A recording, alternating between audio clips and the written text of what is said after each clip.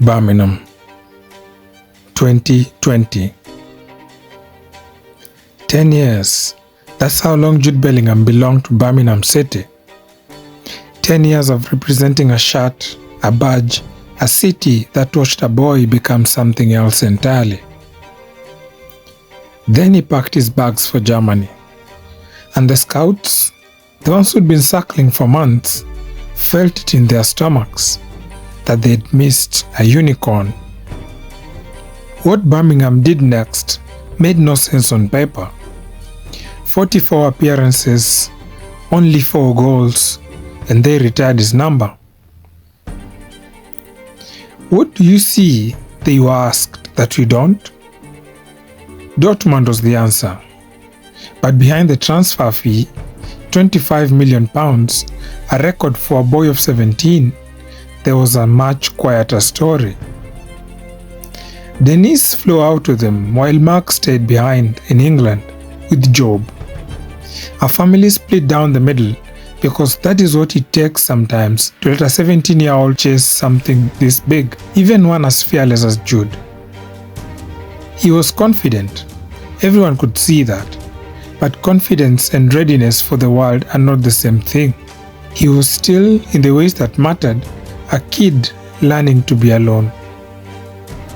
And still, he kept growing. Season after season, he grew more mass.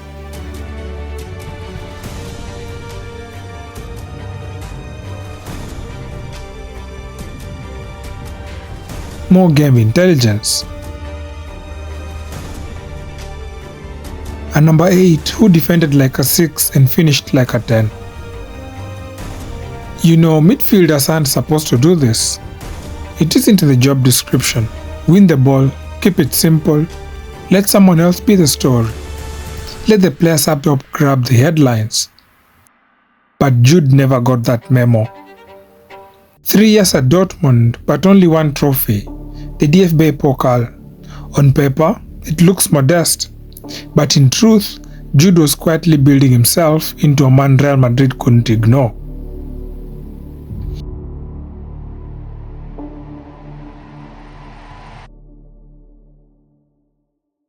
A fortnight before his 20th birthday, it happened. The club of his childhood hero, Zinedine Zidane. Jude signed with the Los Blancos. And in his debut season, he took Europe by storm. 10 goals in his first 10 matches. The same number as some certain Cristiano Ronaldo, as he announced himself. Time and time again, he silenced away crowds and brought the Bernabéu to its feet, scoring match winner after another. By the end of that debut season, the accolades stacked up like a highlight reel of their own. The Golden Boy, Glorious World Sports Breakthrough of the Year, La Liga Player of the Season, UEFA's Young Player of the Season, third at the Ballon d'Or, the best FIFA men's player.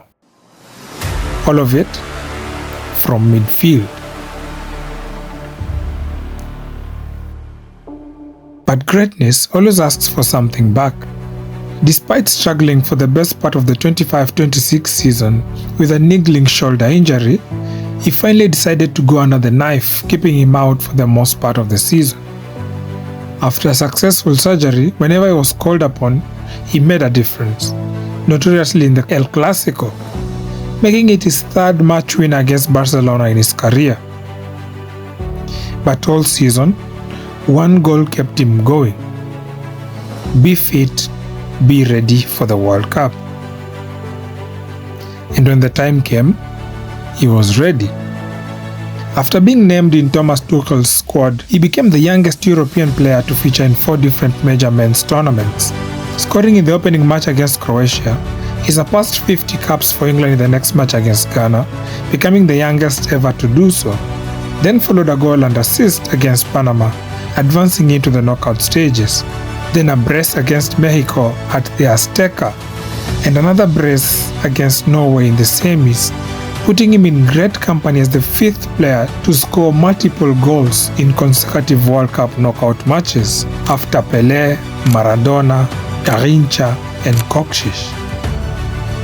And after scoring the 6th in England's 6-4 victory in the 3rd place match against France, he became the highest scoring Englishman in a single World Cup edition, with 7 goals to his name, and all of it from midfield. And this is where the story keeps circling back to one man, a Frenchman revered far beyond his own borders, Zinedine Zidane. You see him in Jude, the number 5, the elegance under pressure, the way big moments seem to shrink in his hands. If Jude Bellingham can carry even a fraction of what Zidane carried, then there may be no ceiling towards left. And somewhere in Birmingham, in a quiet stand, hangs a shirt with a retired number, 44 appearances, 4 goals. The doubters called it madness. They are not asking questions anymore. Nothing's crazy. We knew what level we were at, we know what level we want to achieve, and we did it in the second half. The manager says that you'll see a better England in the knockout stage. We'll see, hopefully. I think every day we've got to try and improve, every game we've got to improve, and yeah, it's up to us to do that. What pleased you most today? The goal or the assist? The assist. I think it was just a good culmination of play, and yeah, to give it to Harry again, who just continues to raise his level, is incredible. Everything he deserves, you know what I mean? You see the effort that he puts in as a captain, you see how he leads us, his quality speaks for itself, he's the best. I think they're playing your song. I think so, I better go.